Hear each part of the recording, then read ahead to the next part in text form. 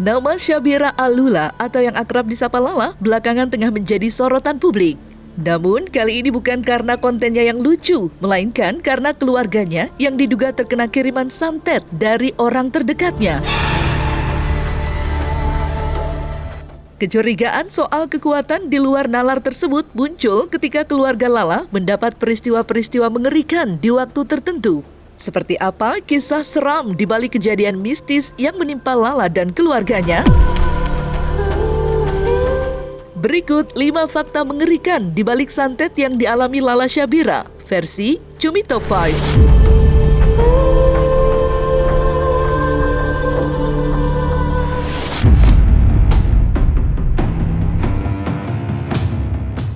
Seperti diketahui, ayahanda Lala mengaku jika keluarga kecilnya tengah dihadapi oleh cobaan di luar nalar.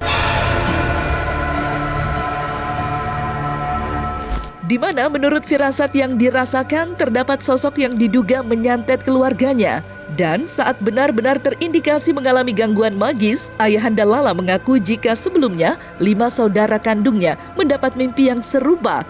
Bak pertanda yang menunjukkan jika terdapat sesuatu yang tak beres di keluarga Lala. Maka inilah pengakuan mencengangkan yang diungkap ayahanda Lala.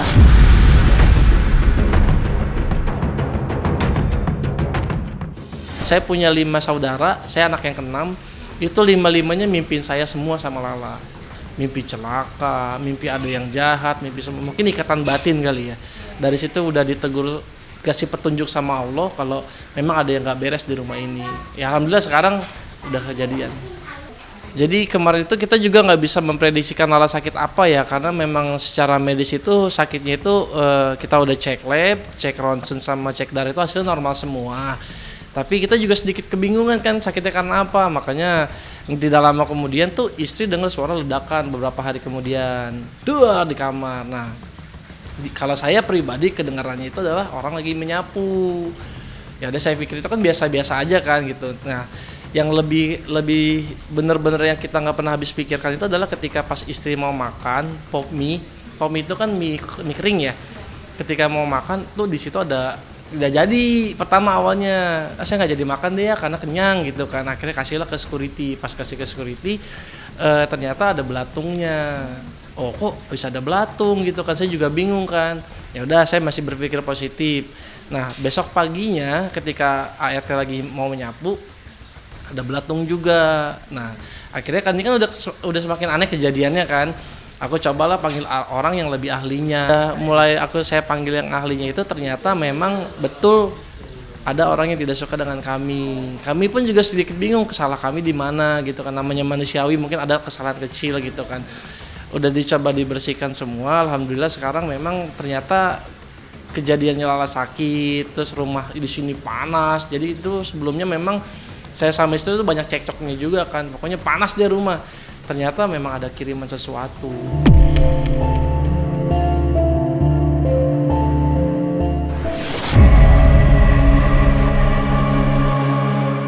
Setelah mendapat pertanda buruk dari mimpi, ayahanda Lala, Adnan Fahmi pun mengungkapkan bahwa ia dan istrinya Oci Febrina mulai merasakan hal-hal ganjil di rumahnya. Yang membuat hal tersebut mengerikan ialah ketika hal-hal ganjil tersebut muncul di waktu tertentu dan bersamaan di setiap malamnya. Menurut pengakuan ayahanda Lala, tepat di tengah malam, ia dan istrinya kerap mendengar suara ledakan dan suara orang sedang menyapu yang tak tahu dari mana datangnya.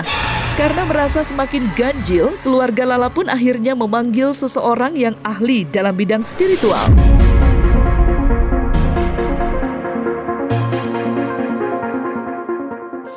Betul, itu kejadian selalu di setiap jam 2 malam, selalu di setiap jam 11 malam. Karena kejadian berulang-ulang seperti itu terus. Makanya saya bingung, kok kalau emang iseng setiap hari dan di jam yang sama. Makanya saya coba panggil yang lebih ahlinya, seperti itu sih Kak. Ternyata info dari yang ahlinya itu, suara sapu dan suara gergaji itu adalah penunggu rumah ini sedang membersihkan kiriman-kiriman tersebut gitu. Jadi ya mau nggak mau harus kita ini lagi lah lebih mendekatkan diri pada Allah, bukan mau nggak mau emang harus gitu kan. Jadi harus seperti itu Kak. Jadi memang kita juga sedikit bingung sih kenapa, ya itu manusiawi ya, kita nggak pernah mau menyalahkan siapapun. Mungkin dari diri saya juga sendiri yang banyak salahnya, Tapi saya mau dari sini saya coba buat ngambil hikmahnya aja kalau saya harus jadi lebih baik lagi.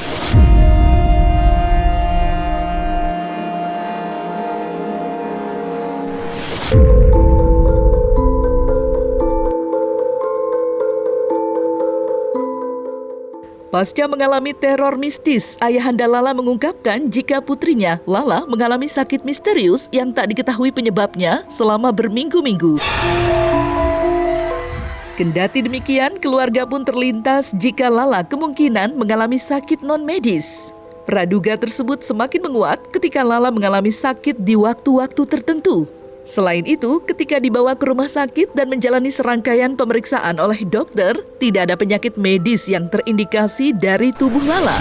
Maka seperti inilah perbedaan kondisi Lala saat siang hari dan malam hari.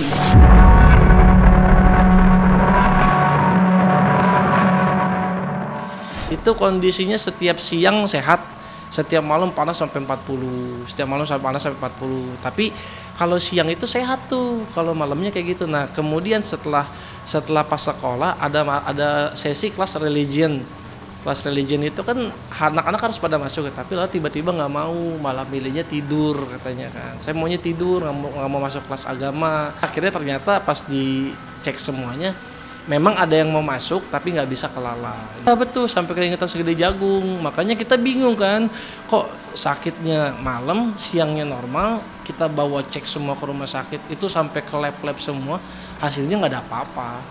Ternyata pas kita telusuri dengan yang lebih ahlinya, ternyata memang ini goib gitu kan. Karena goib kan tak kasat mata kan, kita susah mau menerka-nerkanya seperti apa kan.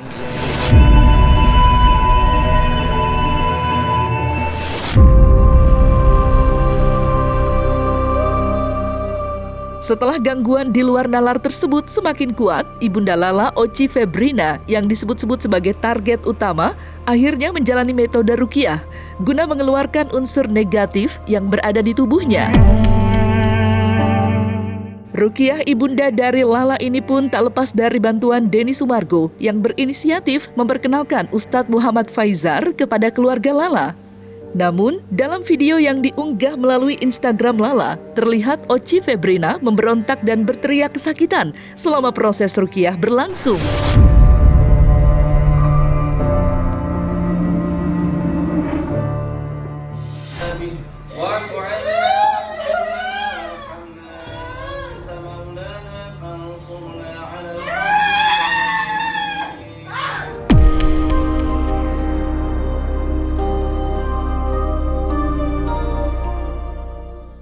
Alhamdulillah juga Ustadz Faizar juga udah, terima kasih juga buat Ustadz Faizar udah ngeruqyah ibu. Alhamdulillah, karena memang target utamanya adalah ibu. Lala adalah impact residu dari kejadian itu. Pertama kalinya, benar-benar pertama kali itu kami rasakan, dan dunia santet itu benar adanya karena memang kita hidup berada di dua alam. Alhamdulillah sekarang udah dibersihkan, udah normal semua, dan memang udah alhamdulillah Lala juga udah sehat. Terus kita juga sama istri juga udah adem, rumah tangga juga udah semua adem. Jadi alhamdulillah kalau saya bilang bersih, alhamdulillah udah bersih. Kalau untuk yang melindungi Lala, saya berpikirnya adalah Allah sih yang melindungi. Tapi kalau untuk keturunan saya nggak pernah tahu. Karena memang saya juga pribadi pun nggak bisa melihat sesuatu yang goib gitu kan. Tapi kalau misalkan saya yakinnya adalah dilindunginya sama Allah aja sih kami semua. Jadi seperti itu.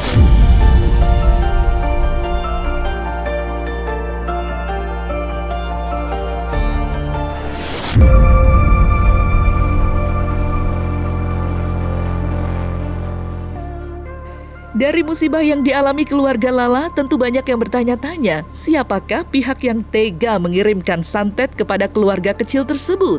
Dan secara mengejutkan, Ayahanda Lala mengaku sebenarnya dirinya telah mengetahui siapa pelaku yang mengirimkan ilmu hitam kepada orang tersayangnya. Iya, siapa sangka jika Ayahanda Lala menyebut orang yang mengirimkan ilmu hitam itu adalah orang terdekat dalam keluarganya.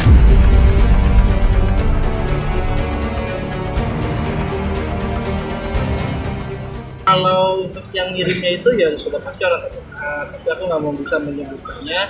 Gak mungkin yang mengirimkan sesuatu itu orang jauh, pasti orang terdekat. Kami kenal dan kami sudah coba untuk menerawangnya dengan guru spiritual kami juga. Memang semua menyatakan hal yang sama dengan orang yang sama. Kalau alasannya mungkin kita nggak tahu yang sakit hati atau apa, tapi pada dasarnya kita sebagai manusia baik aja salah pagi salah. bilang cukup akrab, ya udah pasti. Karena memang udah pasti orang terdekat kita, orang yang benar-benar dekat sama kita. Kaget banget, karena benar-benar nggak nyangka, benar-benar istilah kasarnya kami pun nggak kepikiran bahwa dia adalah pelakunya. Kita percaya bahwa karma itu ada, kita percaya bahwa apa yang tabur tua itu, apa yang dia tanam itu yang tua, yang penting kita lebih percaya bahwa hukum Allah itu lebih kejam daripada yang sana.